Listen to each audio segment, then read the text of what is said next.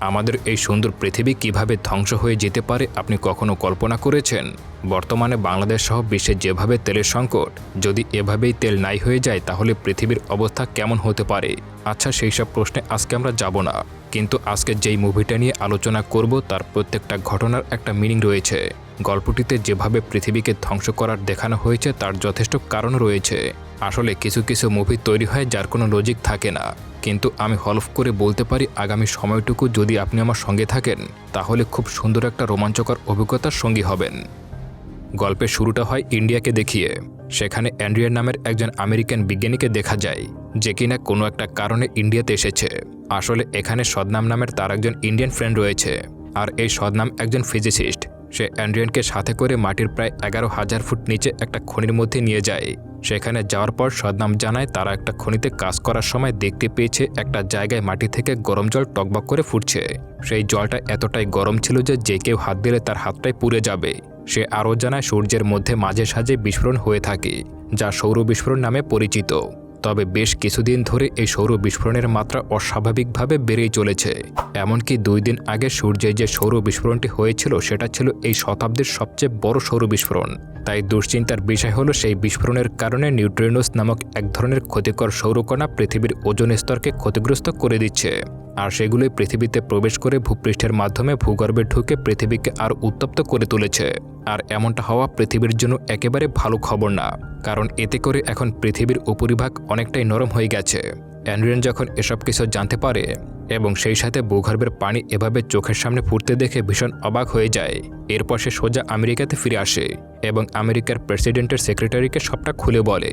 এটা শুনে তারা দ্রুত G8-এর মিটিং অ্যানাউন্স করে। আর এখানে G8 হলো বিশ্বের 8টা শক্তিধর দেশের মধ্যে একটা সম্মিলিত অর্গানাইজেশন। এদিকে প্রেসিডেন্টকে দেখা যায় যে সবাইকে জানায় যে তাদের হাতে এখন সময় খুবই কম, কারণ পৃথিবী এখন ধ্বংসের মুখে, আর এই মুহূর্তে আমাদের বাঁচতে হলে অবশ্যই কোনো পদক্ষেপ নেওয়া উচিত। এখানে সিন পরিবর্তন হয়ে চীনের তিব্বতকে দেখানো হয়। সেখানে কিছু একটা বানানোর জন্য লোক নেওয়া হচ্ছিল। এরপর জ্যাকসন নামের একজনকে দেখা যায়, যার সাথে তার ওয়াইফ ক্যাটের ডিভোর্স হয়ে গেছে। এরপর ক্যাট অন্য একজনকে বিয়ে করে নেয়। এদিকে জ্যাকসনকে দেখা যায় পরদিন সে তার ছেলে মেয়েকে সাথে নিয়ে আমেরিকার ইউল স্টেশন নামের একটা জায়গায় ঘুরতে যাওয়ার জন্য বেরিয়েছে। তবে তার ছেলে মেয়েকে স্কুল থেকে আনতে গেলে দেখতে পায় সেখানে এক ভয়ঙ্কর ভূমিকম্প হয়েছে, আর সে কারণে স্কুলের সামনে একটা জায়গা 2 ভাগ হয়ে গেছে। আর এখান থেকেই আস্তে আস্তে ঝামেলা শুরু হয়ে যায়। বন্ধুরা, এই পর্যন্ত যদি ভিডিওটি ভালো লেগে থাকে তাহলে চ্যানেলটি এখনই সাবস্ক্রাইব করে দিন, আর কমেন্ট করে আপনি জানিয়ে দিন কোথা থেকে দেখছেন। এরপর যখন জ্যাকসন তার বাচ্চাদেরকে নিয়ে একটা জায়গায় ঘুরতে আসে তখন দেখতে পায় সেখানে একটা জায়গায় টকবক করে পানি ফুটছে। তবে হঠাৎই সেখানে 2 জন আর্মি চলে আসে, আর এই জায়গাটাকে আমেরিকার গভর্নমেন্ট রেস্ট্রিক্টেড করে দেয়। তাই তারা জ্যাকসন ও তার ছেলে মেয়েকে সেখান থেকে সরিয়ে নিয়ে যায়। তবে এই ব্যাপারটায় জ্যাকসন কিছুই জানত না। এরই মধ্যে সেখানে হ্যামিল্টন এন্ড্রিয়ান নামক একজন বিজ্ঞানীর সাথে জ্যাকসনের পরিচয় হয়। এখানে জানা যায় জ্যাকসন একজন রাইটার, আর অ্যান্ড্রিয়ান জ্যাকসনের একজন বড় মাপের ফ্যান। জ্যাকসন অ্যান্ড্রিয়ানকে জিজ্ঞাসা করে বসে যে তারা যে পানি ফুটতে দেখলো এতে কোনো বিপদের সম্ভাবনা নেই তো? তবে অ্যান্ড্রিয়ান তাকে কিছুই জানায় না। সে বলে ওখানে একটা সরকারি এক্সপেরিমেন্ট চলছে। এটা বলে সে জ্যাকসনকে সেই জায়গায় যেতে বারণ করে দেয়। এরপর রাত হলে হঠাৎ কারো আওয়াজ জ্যাকসনের কানে ভেসে আসতে শুরু করে। বাইরে বেরোলে দেখতে পায় সেখানে একজন পাগল লোক রেডিও নিয়ে বসে আছে। আসলে এই লোকটা পুরোপুরি পাগল ছিল না। জ্যাকসন লোকটার কাছে গেলে সে জানায় পৃথিবী আর কিছুক্ষণের মধ্যেই ধ্বংস হয়ে যাবে। সে আরও বলে গভর্নমেন্ট এই বিষয়টা সবটাই জানে, কিন্তু সাধারণ মানুষদেরকে এই ব্যাপারে কিছুই জানাচ্ছে না। সে আরও বলে আমার কাছে এমন একটা ম্যাপ আছে যেখানে গেলে পৃথিবী ধ্বংসের পরেও সুরক্ষিত থাকা যাবে। সে আরও বলে তুমি তো এটাও জানো না চীন কেন এত বিশাল বড় জাহাজ বানিয়েছে। তারা আসলে কোনো ঝামেলা ছাড়াই সেই জায়গায় চলে যেতে চায়। এমনকি চীনের বানানো বিশাল সব জাহাজ যেগুলোর টিকিট অনেক দামি, আর যারা কোটি টাকা দিয়ে সেই জাহাজের টিকিট কিনতে পারবে শুধু তারাই ওটায় চড়তে পারবে, আর বাকিরা নিজেদের প্রাণ হারাবে। তুমি আমি সবাই এখানে প্রাণ হারাবো, আর সেই সাথে আমাদের ফ্যামিলিও ধ্বংস হয়ে যাবে। এসব শুনে জ্যাকসন তাকে পাগল মনে করতে শুরু করে। আসলে লোকটা তো আগে থেকে ড্রিঙ্কস করে রেখেছিল, সেই সাথে তার চেহারার অবস্থাও ভালো না। এসব দেখে লোকটাকে পাগল ভাবতে শুরু করে, আর তাকে পাত্তা না দিয়ে সে সেখান থেকে নিজের রুমে ফিরে আসে। এদিকে সদনাম এন্ড্রিয়ানকে জানায় এখন আর সেই খনির মধ্যে যাওয়ার কোনো অবস্থা নেই, কারণ সেই জায়গাটা ভীষণ উত্তপ্ত হয়ে গেছে। সেই সাথে সে আরও জানায় এখন পৃথিবীর ভূগর্ভ গলতে শুরু করেছে, তাই দ্রুত সেখান থেকে মানুষদেরকে সরাতে হবে, নয়তো সবাই নিজেদের প্রাণ হারাবে। এসব শুনে অ্যান্ড্রিয়ান সদনামকে জানায় যে যত দ্রুত সম্ভব তাদের গভর্নমেন্টকে সবটা জানাবে। সে সদনামকে জানায় যে সে যেন তার ফ্যামিলিকে নিয়ে রেডি থাকে, তাকে আনার জন্য দিল্লিতে একটা প্লেন পাঠিয়ে দেবে। অন্যদিকে জ্যাকসনের ওয়াইফ ও তার বয়ফ্রেন্ডকে দেখা যায় তারা একটা শপিং মলে রয়েছে। তবে হঠাৎ করেই সেখানে একটা ভূমিকম্পে জায়গাটা ফেটে 2 ভাগ হয়ে যায়। অন্যদিকে প্রেসিডেন্টের সেক্রেটারি এসে জানায় যে 4টা বিশাল জাহাজ রেডি করে ফেলেছে। এই কথা শুনে প্রেসিডেন্ট রেগে যায় আর বলে এতে কি হবে। তখন সেক্রেটারি জানায় তারা কোনোভাবেই এত মানুষকে বাঁচাতে পারবে না, তবে তারা এখন 4 লাখ মানুষকে তো বাঁচাতে পারবে। এদিকে জ্যাকসনকে দেখা যায় সে যে গাড়িটা নিয়ে ঘুরছিল সেটা হচ্ছে তার বস ইউরির। ইউরি একজন আমেরিকার কোটিপতি। ইউরি জ্যাকসনকে বলে তুমি আমার 2 ছেলেকে পিক আপ করে এখনও আসছো না কেন? তাড়াতাড়ি চলে এসো, আমরা এয়ারপোর্টে আছি। জ্যাকসন ইউরির 2 ছেলেকে পিক আপ করে এয়ারপোর্টে ছেড়ে দেয়। আর তখন ওই 2 ছেলেকেও তাকে একই কথা বলতে শুনতে পায়। তারা বলতে শুরু করে তোমরা সবাই মরতে চলেছ। তোমরা তো জানোই না যে আমরা কোথায় যাচ্ছি। আমরা বড় জাহাজে যাচ্ছি, সেই জাহাজের টিকিট আছে। পৃথিবী ধ্বংস হয়ে যাবে, আমরা বেঁচে যাব আর তোমরা সবাই মারা যাবে। এটা শুনে জ্যাকসনের মাথায় কিছু একটা ঘটকা লাগে। কাল রাতে আতপাগল লোকটা যা বলেছিল এই বাচ্চাগুলো তাই বলছে। এগুলো বসে সে ভাবতেছিল, হঠাৎ করেই মাটি কাঁপতে শুরু করে। পুরো পৃথিবী যেন দুলতে শুরু করে। চারদিকের আবহাওয়া সম্পূর্ণভাবে পাল্টে যায়। মাটি ফাটতে ফাটতে মাটির এক জায়গা ফাঁকা হয়ে যায়। আর তখন রেডিও অন করলে সেই আতপাগল লোকটার রেডিও জোকি শুনতে পায়। সে বলতে শুরু করে যে পৃথিবীর ধ্বংস হওয়া শুরু হয়ে গেছে। আর ঠিক এই সময় থেকেই পৃথিবীর মহাপ্রলয়ের সূত্রপাত হতে শুরু করে। জ্যাকসন পুরোপুরি অবাক হয়ে যায়। সেই সময় সে এয়ারপোর্টের একটা পাইলটকে গিয়ে বলে তোমার প্লেনটা কি ভাড়ায় পাওয়া যাবে? পাইলট বলে হ্যাঁ দিতে পারি। জ্যাকসন বলে আমার ঘড়িটা রাখো, আমার ঘড়িটা অনেক দামি। আমি আমার স্ত্রী এবং ছেলেমেয়েকে নিয়ে আসছি, তুমি রেডি থাকো। জ্যাকসন মনে মনে এটা ভেবে নেয় যে সেও এখান থেকে তার পরিবার নিয়ে পালিয়ে যাবে, কারণ সেও এখন বিশ্বাস করতে শুরু করেছে যে পৃথিবী আর কয়েক ঘন্টার মধ্যেই ধ্বংস হয়ে যাবে। সে তার স্ত্রীকে ফোন করে যে তুমি বাচ্চাদেরকে এবং গর্ডনকে সাথে নিয়ে রেডি থাকো, আমি আসছি। তার স্ত্রী বুঝতে পারছিল না যে জ্যাকসন কি বলছে। সেই সময় ভূমিকম্প শুরু হয়ে যায় এবং একের পর এক বাড়িঘর ভাঙতে শুরু করে। রাস্তাগুলো যেন খেলনা গাড়ির মতো আকাশে উড়ে ভাঙছিল এবং চারদিকে ধ্বংসলীলা শুরু হয়ে যায়। জ্যাকসন কোনো রকমের ভাবে গাড়িটা নিয়ে তার স্ত্রীর কাছে পৌঁছে যায় এবং সবাইকে গাড়িতে তুলে নেয়। তারা কোনো রকমের ভাবে প্রাণ বাঁচাতে বাঁচাতে সেই রাস্তা দিয়ে এয়ারপোর্টের দিকে রওনা শুরু করে। আর এই সময় দেখা যায় ধ্বংসলীলা। চারপাশের বাড়িঘরগুলো যেন কাগজের মতো ভেঙে পড়ছিল। জ্যাকসন এই সময় অনেক কষ্ট করে তার পরিবার নিয়ে এয়ারপোর্টে পৌঁছে যায়। এয়ারপোর্টে পৌঁছে সেখানে দেখতে পায় অন্য বিপদ অপেক্ষা করছে। এয়ারপোর্টের যে প্লেনের পাইলটকে জ্যাকসন হায়ার করেছিল সেই পাইলট সেখানে মরে পড়ে আছে। এখন প্রশ্ন হলো প্লেনটা চালাবে কে? হঠাৎ করে তার প্রাক্তন স্ত্রী কেট বলে গর্ডন তুমি তো 2-3 বার প্লেন চালিয়েছিলে। গর্ডন বলে না, আমি যে প্লেনগুলো চালিয়েছিলাম সেগুলো অন্যরকমের ছিল আর এটা হচ্ছে অন্যরকমের। তবে তখন তাকে জোর করে প্লেনটাকে চালাতে বাধ্য করা হয়।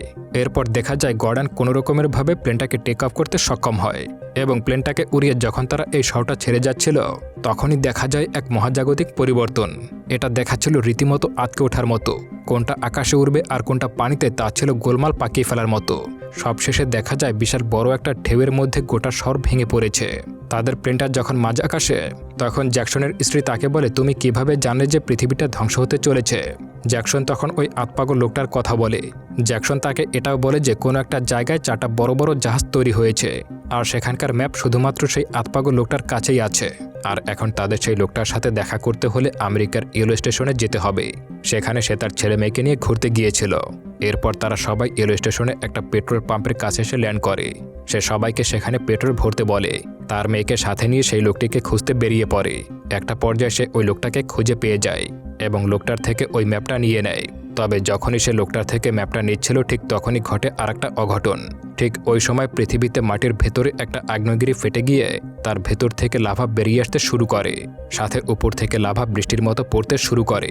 জ্যাকসন তার ছোট্ট মেয়েকে নিয়ে তাদের প্লেনের দিকে রওনা দেয়। লাভা চারদিকে বৃষ্টির মতো পড়ায় হঠাৎ করেই একটা লাভা গাড়ির পেছনে এসে পড়ে এবং পেছনের অংশে আগুন লেগে যায়। তবে সে ওই গাড়ি নিয়ে কোনোভাবে প্লেনের কাছে এসে পৌঁছায়। প্লেনের কাছে পৌঁছে ছোট্ট মেয়েটিকে গাড়িতে উঠিয়ে দিয়ে হঠাৎ করে তার মনে পড়ে যায় ওই ম্যাপটা তো সে গাড়িতে রেখেই চলে এসেছে। তখনই সে দৌড়ে গাড়ির কাছে যায় আর হঠাৎ করেই সেখানকার মাটি ফেটে যায় এবং সেখানে কয়েক হাজার ফুট গর্ত তৈরি হয়। সেই খাদের মধ্যে জ্যাকসন গাড়ি শুদ্ধ পড়ে যায়। অন্যদিকে গর্ডন বলে আমরা জ্যাকসনের জন্য আর অপেক্ষা করতে পারি না, আমাদের প্লেনটি চালু করতে হবে, কারণ আস্তে আস্তে মাটি ধ্বংস হয়ে যাচ্ছে। এরপর আমরা সবাই একসাথে মারা পড়ব। প্লেন চালু হয়ে যায়। ঠিক তখনই হঠাৎ করে দেখা যায় ওই খাদের ভেতর থেকে জ্যাকসনের হাত বেরিয়ে আসছে। জ্যাকসন উঠে দৌড়াতে শুরু করে এবং সে প্লেনের কাছে এসে প্লেনে উঠে পড়ে। এদিকে দেখা যায় সেই ভূবিজ্ঞানী অ্যান্ড্রিয়ান প্রেসিডেন্টের সেক্রেটারিকে বলে আমার মতে এই পৃথিবীর সব মানুষকে জানিয়ে দেওয়া উচিত যে আমরা সবাই মরতে চলেছি। এতে করে তারা শেষবারের মতো হলেও তাদের আপন আপনজনকে বিদায় জানাতে পারবে। কিন্তু সেক্রেটারি বলে এখন নয়, আমরা আগে জাহাজে উঠি তারপর। তখন প্রেসিডেন্টকে গিয়ে বলে, mister president, air force one plane ready আছে আপনার জন্য। কিন্তু প্রেসিডেন্ট জানায়, আমি আমার আমেরিকানবাসীদের ছেড়ে যাব না, তাদের যা হবে আমারও ঠিক তাই হবে। আমি তাদের প্রেসিডেন্ট হিসেবে কখনোই তাদের এই সংকটে রেখে পালিয়ে যেতে পারি না। আমি যদি সবাইকে বাঁচাতে পারতাম তাহলে আমিও যেতাম, কিন্তু আমি তো পারছি না। তাই সবার যা হবে আমারও তাই হোক, তাই আমি যাব না, তোমরা যাও। সে অ্যান্ড্রিয়ানকে ডাকে এবং বলে, অ্যান্ড্রিয়ান তুমি যাও, তোমরা নিজেকে সুরক্ষিত করো। তুমি একজন অত্যন্ত ট্যালেন্টেড ও ভালো মানুষ, তোমার পরবর্তী প্রজন্মে যারা বেঁচে থাকবে সেখানে তোমার দরকার হবে। তখন অ্যান্ড্রিয়ান বলে, স্যার আমার একটা প্রশ্ন আছে, মানুষের কি এটা জানার অধিকার নেই যে তারা মরতে চলেছে? প্রেসিডেন্ট বলে, নিশ্চয়ই আছে। তখন প্রেসিডেন্ট সকল নিউজ চ্যানেলের সামনে এসে বলে, এই পৃথিবী ধ্বংস হতে চলেছে, আমার কিছুই করার নেই, তবে আমি আমার মৃত্যু পর্যন্ত আপনাদের পাশে আছি।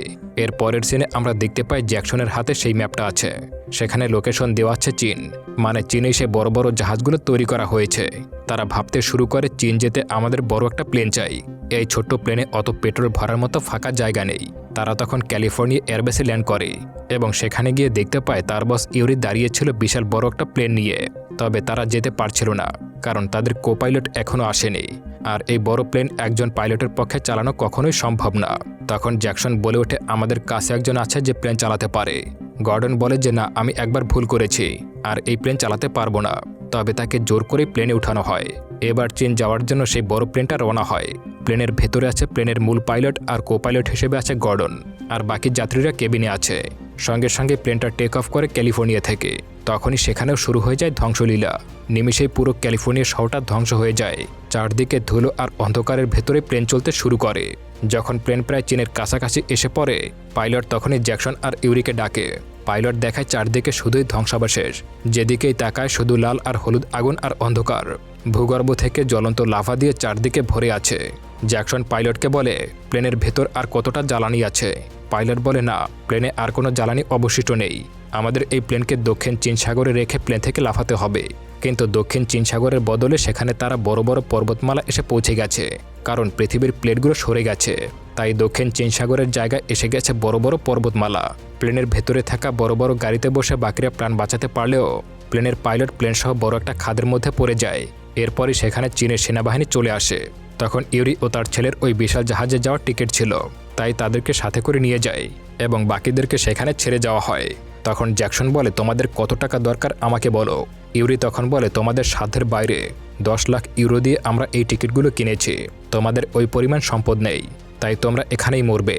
তখন তারা সেখানে দিশেহারা হয়ে পড়ে। কিন্তু হঠাৎ করেই মুভির শুরুতে যে বৃদ্ধকে দেখানো হয়েছিল, সেই বৃদ্ধ ও তার নাতি তারা গাড়িতে করে কোথাও যাচ্ছিল। বৃদ্ধের এক নাতি সেই জাহাজের শ্রমিক ছিল, তাই সে চোরাই পথে তাদের জাহাজের ভেতরে প্রবেশ করিয়ে দেবে, যাতে করে তারা বাঁচতে পারে। তখনই ক্যাট কান্নায় ভেঙে পড়ে আর বলে, আমাদের না নাও, অন্তত আমাদের বাচ্চা দুটোকে তো নিয়ে যাও। কিন্তু তখনই সে বৃদ্ধের মায়া হয়। বৃদ্ধ বলে, গেলে আমরা সবাই যাব। তখন তারা সবাই মিলে বেরিয়ে পড়ে জাহাজের উদ্দেশ্যে। তারা চোরাই পথে জাহাজে ঢুকতে গিয়ে গার্ডন একটা জায়গায় ফেসে যায় এবং সেখানে মারা যায়। জাহাজটা তখনই ছেড়ে দেয় এবং আর মাত্র 2 মিনিটের মধ্যেই সেই মহাপ্লাবনের ঢেউটা আসতে শুরু করে। জাহাজের গেট বন্ধ করতে গিয়ে দেখতে পায় একটি গেট কিছুতেই বন্ধ হচ্ছে না, সেই গেটের বাইরে কিছু একটা ফেসে আছে। অন্যদিকে সেই বিশাল ঢেউ জাহাজের অনেকটা কাছে চলে এসেছে। তখন জ্যাকসন দেখতে পায় তারা যে গেটটা দিয়ে ভেতরে ঢুকছিল সেটার ভিতরে কিছু একটা আটকে ছিল। তখন জ্যাকসন তার সবটুকু চেষ্টা দিয়ে সেটাকে সরিয়ে দেওয়ার চেষ্টা করে। এদিকে সেই মহাপ্লাবনের ঢেউ জাহাজে আঘাত করে, আর জাহাজটা যেদিকে যাচ্ছিল তার সামনেই ছিল পৃথিবীর অন্যতম বৃহৎ পর্বতমালা মাউন্ট এভারেস্ট।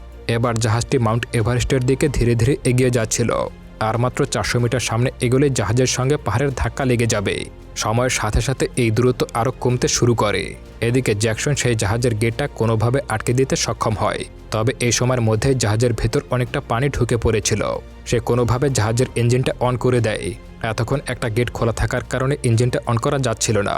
এর ফলে অল্পের জন্য জাহাজটা মাউন্ট এভারেস্টে গিয়ে ধাক্কা খেয়েও বেঁচে যায়। বেশ কিছুক্ষণ পর থেকে আবার নতুন সাল গণনা শুরু হয়। এরপর দেখা যায় সেই দিনটা ছিল 0001 সালের 27 জানুয়ারি। জাহাজের ক্যাপ্টেন জানায় এখন পরিস্থিতি অনেকটাই স্বাভাবিক হয়েছে, সেই সাথে পৃথিবীতে রোদ উঠেছে। এরপর জাহাজের ডেক খুলে দেওয়া হয় আর সবাই দল বেঁধে বাইরের পরিবেশ দেখার জন্য সেখানে চলে আসে। এদিকে অ্যান্ড্রিয়ানের একজন সহকর্মী জানায় তাদের জাহাজটা অনেকটা দ্রুত গতিতে নিচের দিকে নামছে, এমনকি সমুদ্রের পানিও অনেকটা কমে গেছে। সেই সাথে পৃথিবীর বিভিন্ন জায়গায় পরিবর্তন হয়ে গেছে, যে কারণে হিমালয় এখন সবচেয়ে বড় পর্বত নয়, এখন আফ্রিকার ড্রাকেন্সবার্গ হয়ে গেছে সবথেকে বড় পর্বতমালা। এদিকে জ্যাকসনের মেয়ে অ্যালিস জিজ্ঞাসা করে, বাবা আমরা বাড়ি কবে ফিরব? উত্তরে জ্যাকসন বলে, আমরা যেখানে নামবো সেখানেই বাড়ি বানিয়ে নেব। পৃথিবী এখন আগের মতো আর নেই, এখন নতুন একটা পৃথিবীর সূচনা হয়ে গেছে। আর এখানেই এই মুভিটা শেষ হয়ে যায়। তো বন্ধুরা, বলছিলাম পুরো মুভিটা আপনারা আমার সঙ্গে উপভোগ করবেন। ভিডিওর কোন পার্টটা আপনার সবথেকে বেশি ভালো লেগেছে কমেন্ট করে জানিয়ে দিন। পরবর্তী ভিডিও দেখার আমন্ত্রণ জানিয়ে আজকের মতো এখানেই বিদায় নিচ্ছি। খোদা হাফেজ।